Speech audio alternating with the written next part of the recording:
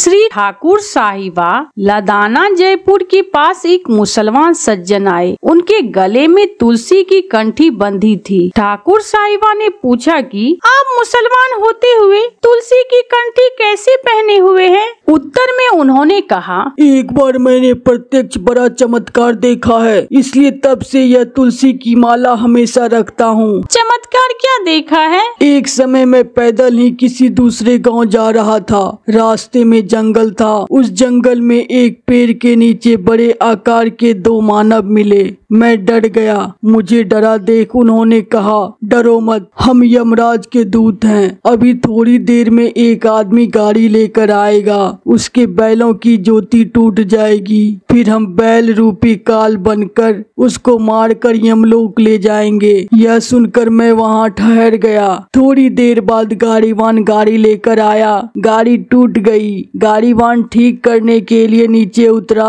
उसी समय बैल ने उसके पेट में इतने जोर से सींग मारा कि वह पैरों में झुरमट में जा गिरा और उसके प्राण छूट गए। तब यम के दूत निराश होकर मुझे बोले कि हम तो खाली हाथ लौट रहे हैं, अब हमारा इस पर अधिकार नहीं रहा। इसे भगवान के दूत ले जाएंगे जो आपको नजर नहीं आए। मैंने यम दूतों से कारण पूछा। तब वे बोले कि उस झुरमुट में तुलसी के पौधे थे, इसके शरीर से उनका स्पर्श हो गया, इसे यम लोक ले जाने का अधिकार नहीं रहा। इसलिए मैंने जब स्वयं तुलसी का चमत्कार देखा, तब से मैं तुलसी की माला पहनता हूँ। सभी वैष्णवों भक्तों को तुलसी की माला जरूर धारण करनी चाहिए। जब केवल तुलसी का स्पर्श करने से उस व्यक्ति को यमराज के दूतों ने हाथ नहीं लगाया, ठाकुर जी के सेवक लेने आए, तो अगर हम सब भी तुलसी की माला धारण करेंगे तो ठाकुर जी कितनी कृपा करेंगे। तुलसी के बीजों की माला के अन्य लाभ, तुलसी की माला में विद्युत शक्ति होती है। इस माला को पहनने से यश, कीर्ति और सौभाग्य बढ़ता है। शालिग्राम पुराण में कहा गया है कि तुलसी की माला भोजन करते समय शरीर पर होने से अनेक यज्ञों का पुण्य मिलता है। जो भी कोई तुलसी की माला पहनकर नहाता है, उसे सारी नदियों में नहाने का पुण्य मिलता है। तुलसी की माला पहनने से बुखार, जुकाम, सिर दर्द, चमड़ी के रोगों से भी लाभ मिलता है। संक्रामक बीमारी और अकाल मौत भी नहीं आती, ऐसी धार्मिक मान्यता है। तुलसी माला पहनने से व्यक्ति की पाचन शक्ति, तेज बुखार, दिमाग की बीमारियों एवं वायु संबंधित अनेक रोगों से लाभ मिलता है। अतः हम सभी को तुलसी की माला अवश्य धारण करनी चाहिए। धन्यवाद।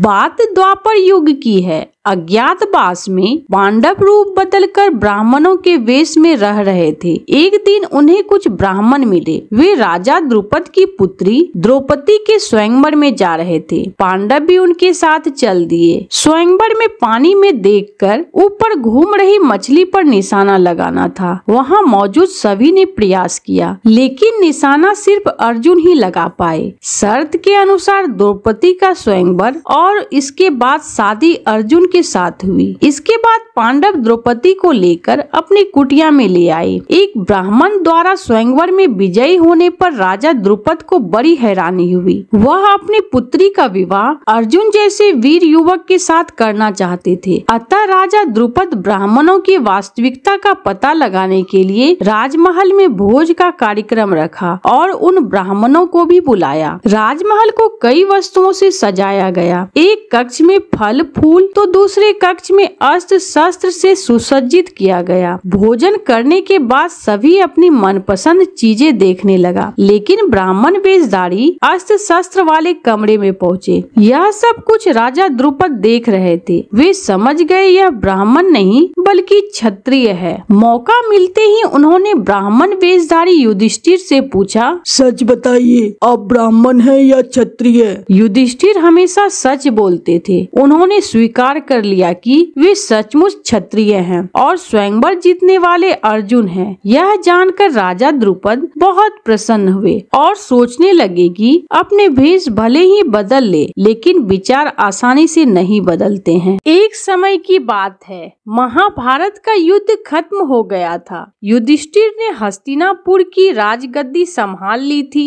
सब कुछ सामान्य हो रहा था। एक दिन वो घड़ी भी आई जो कोई पांडव नहीं चाहता था। भगवान श्री कृष्ण द्वारिका लौट रहे थे। सारे पांडव दुखी थे। श्री कृष्ण उन्हें अपना शरीर का हिस्सा ही लगते थे, जिसके अलग होने के भाव से ही वे कांप जाते थे। लेकिन श्री कृष्ण को तो जाना ही था। कोई भी श्री कृष्ण को जाने नहीं देना चाहता था। भगवान भी एक एक कर अपने सभी स्नेह जनों से मिल रहे थे। सबसे मिलकर उन्हें कुछ न कुछ उपहार देकर श्री कृष्ण ने विदा ली। अंत में वे पांडवों की माता और अपनी बुआ कुंती से मिले। भगवान ने कुंती जी से कहा कि बुआ, आपने आज तक अपने लिए मुझसे कुछ नहीं मांगा, आज कुछ मांग लीजिए, मैं आपको कुछ देना चाहता हूँ। कुंती की आंखों में आंसू आ गए। उन्होंने रोते हुए कहा कि हे श्री कृष्ण, अगर कुछ देना ही चाहते हो तो मुझे दुख दे दो, मैं बहुत सारा दुख चाहती हूँ। श्री कृष्ण जी आश्चर्य में पड़ गए। श्री कृष्ण ने पूछा कि ऐसा क्यों बुआ,